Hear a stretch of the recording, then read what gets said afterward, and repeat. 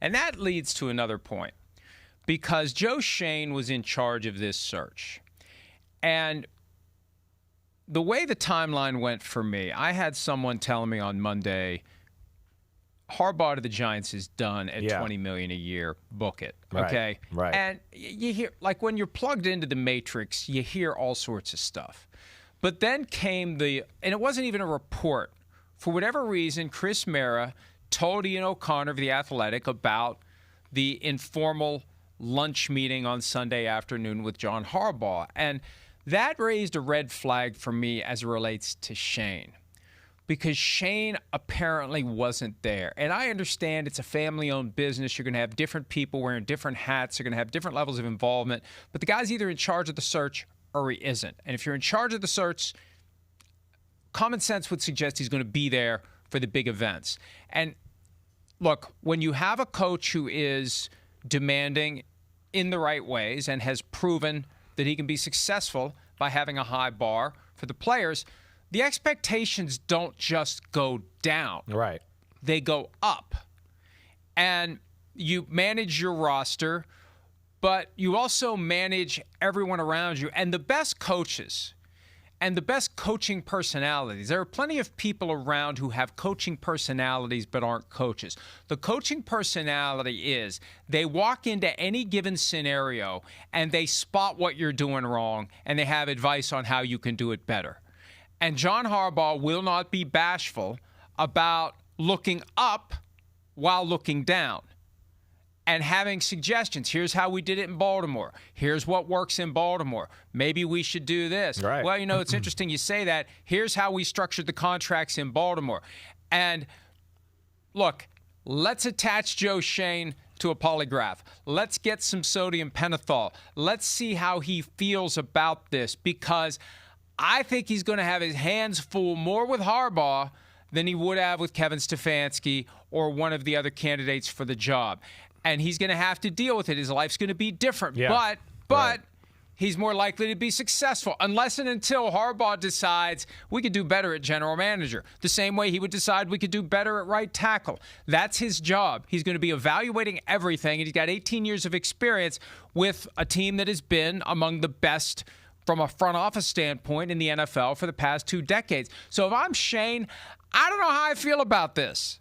Yeah, well, I mean, listen, that was the thing I was worried about. I was worried that Joe Schoen might be so in charge that he was just going to make sure he picked a pawn that could, kind of not infringe on his territory. I was worried about that. No threat to my own job. Exactly Like, why am I right. going to hire somebody who may eventually say, hey, the guy that hired me probably shouldn't be here anymore? Right. And, I mean, as you've just said, and, we know people, like the Giants thing, I feel like we kind of knew he was in the leader house, if you read between the tea leaves, for about 5 days now, where you went, okay, it seems like it's going to happen. People I'm talking to certainly feel like this is moving along. So that's where you felt like that was happening. Now, you didn't know what the Joe Schoen was. Now, and also on top of that, you didn't know what the demands of Harbaugh. There was rumors out there. He wanted a little more roster control, right? And all that talk as well. So I don't know what got decided there. But I agree with you in that Sunday meeting with Chris Mara is a big deal. A big deal in just that I think it could be, I've known coaches who have been in these type of scenarios. It's a big deal in, hey, just furthering along to make sure we want to do it, or it's a big deal to go, hey, let's get away from everybody and us private. Are you okay with everything that we got here, right? Is it okay, the setup? All right, all of that. So I would think they went through their checks and balances a little bit there to make sure Harbaugh was very comfortable in totality, and they got in a private setting where if there was something he was bothered by, he could express those concerns without having a bunch of people looking over him and then maybe tattletaling on him and then getting word throughout the building, right? So, I'm with you. Right. I think that was a monumental part of this whole thing, and when I heard that, I kind of was like, oh, it sounds like it's definitely going to happen. We're going to have John Harbaugh. Well, and I don't want to overstate it, but I think we need to be realistic about where the meeting on Sunday happened. It happened not at the local country club, not at John Harbaugh's favorite local diner in a back room that he uses all the time. No, it was in his house. he was sufficiently comfortable with Chris Mara to say, come to the place where I am the most comfortable of anywhere in the world. And what happens when you're in that comfortable space? You're far more likely to speak your mind. You're far more likely to be candid about the things that you want and the things you need. So Chris Mara leaves, goes back. This is all speculation, but it's informed by the circumstances. Goes back to the Giants headquarters, and he tells his brother John and co-owner Steve Tisch what this guy needs in order to be our coach. So we either want to give it to him or we don't. What are we going to do? And what happens? Boom, it goes from there. So I think that the fact that that meeting happened at John Harbaugh's house is extremely telling, because that's where he would be telling the Giants, this is exactly what I want. And the fact that Schoen wasn't there, that's why it's glaring to me, because I don't know where he fits. I don't know what this means. And this goes back to the half measure from when they fired Brian Daboll, the head coach, and kept Joe Schoen. And then there was that sense, and this may have been driven by the WFAN callers or whatever, the back pages of the various tabloids, but there was that sense late in the year, man, we just got to get rid of Schoen too. And I don't know that just evaporates now that they have Harbaugh. Now, we can say, all right, Joe Schoen, you went out and got him. But again, he wasn't there for the most important meeting. That's where I wrestle with all of this, and it makes me wonder what's going to happen as time goes by. Yeah, I don't know there either. But I would imagine that John Harbaugh got some power in this situation, and Joe Schoen lost a little bit. That's what I would expect. John Harbaugh was the belle of the ball. We know that. I mean, there's multiple teams knocking down his door, like, please come coach us. Please come save us. Pull us out of the doldrums of the NFL. So he's got options. And I think the Giants went down there to make sure, like, hey, we love you. We want to make this work. We want you to be the football coach of the New York Football Giants, and we'll do and finagle whatever in somebody else's contract and power to make that happen. That's what it seems like to me.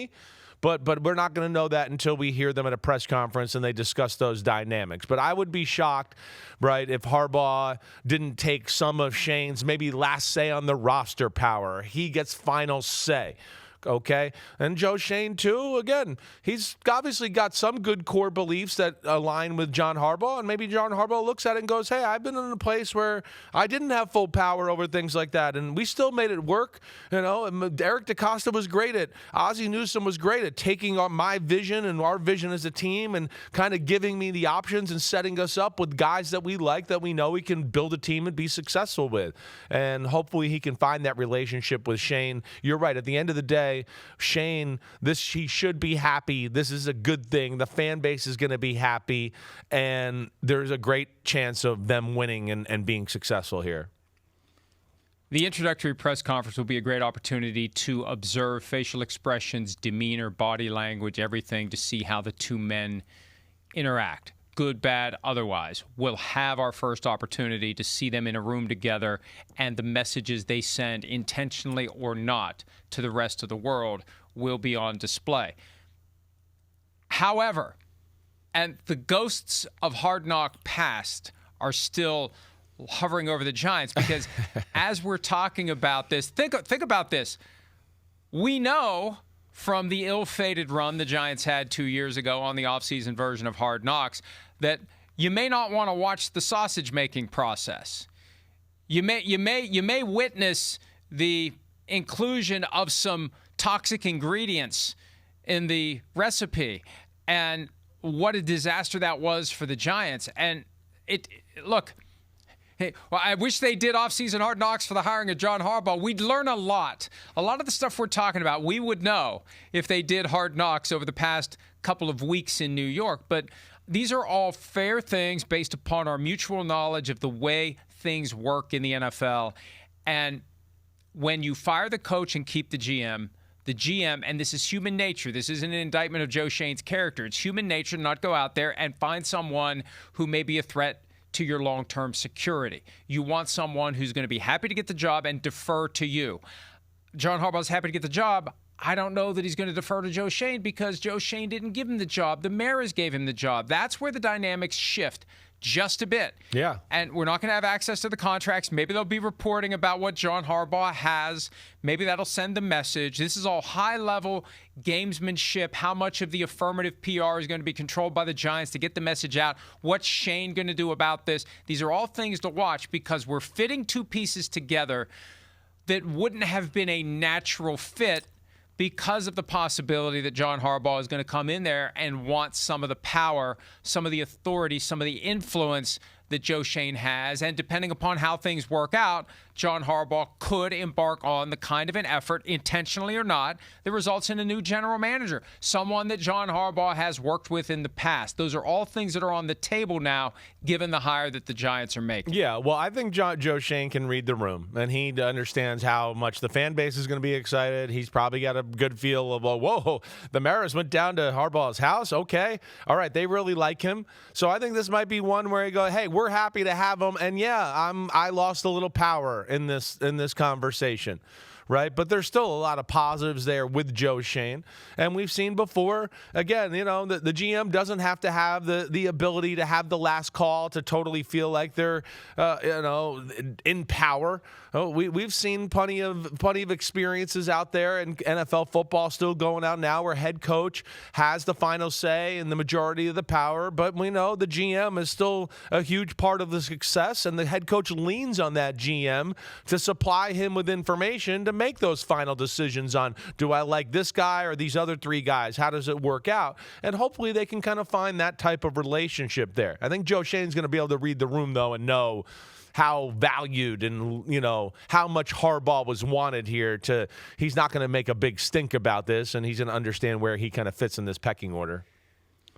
And the right way for him to view it, the right way for anyone to view it, is an opportunity to learn from a coach who is as accomplished, as successful, as buttoned up and professional as any coach has been in the past 20 years. So Schoen, who's 46, is getting a front row seat with a 63-year-old head coach. That's right. And there should be some deference. There should be some respect. Schoen should be willing to take a step back and let John Harbaugh do his thing, because if the team thrives, they all thrive. So there's a lot that Schoen can learn from Harbaugh about the way they did things in Baltimore, and this could help Schoen get to the next level of his own career. That's the glass half full way to look at this, and if Schoen does that, he could benefit. Hi, it's Mike Florio. Thanks for watching PFT on YouTube. Hit subscribe for the latest news and analysis from Pro Football Talk.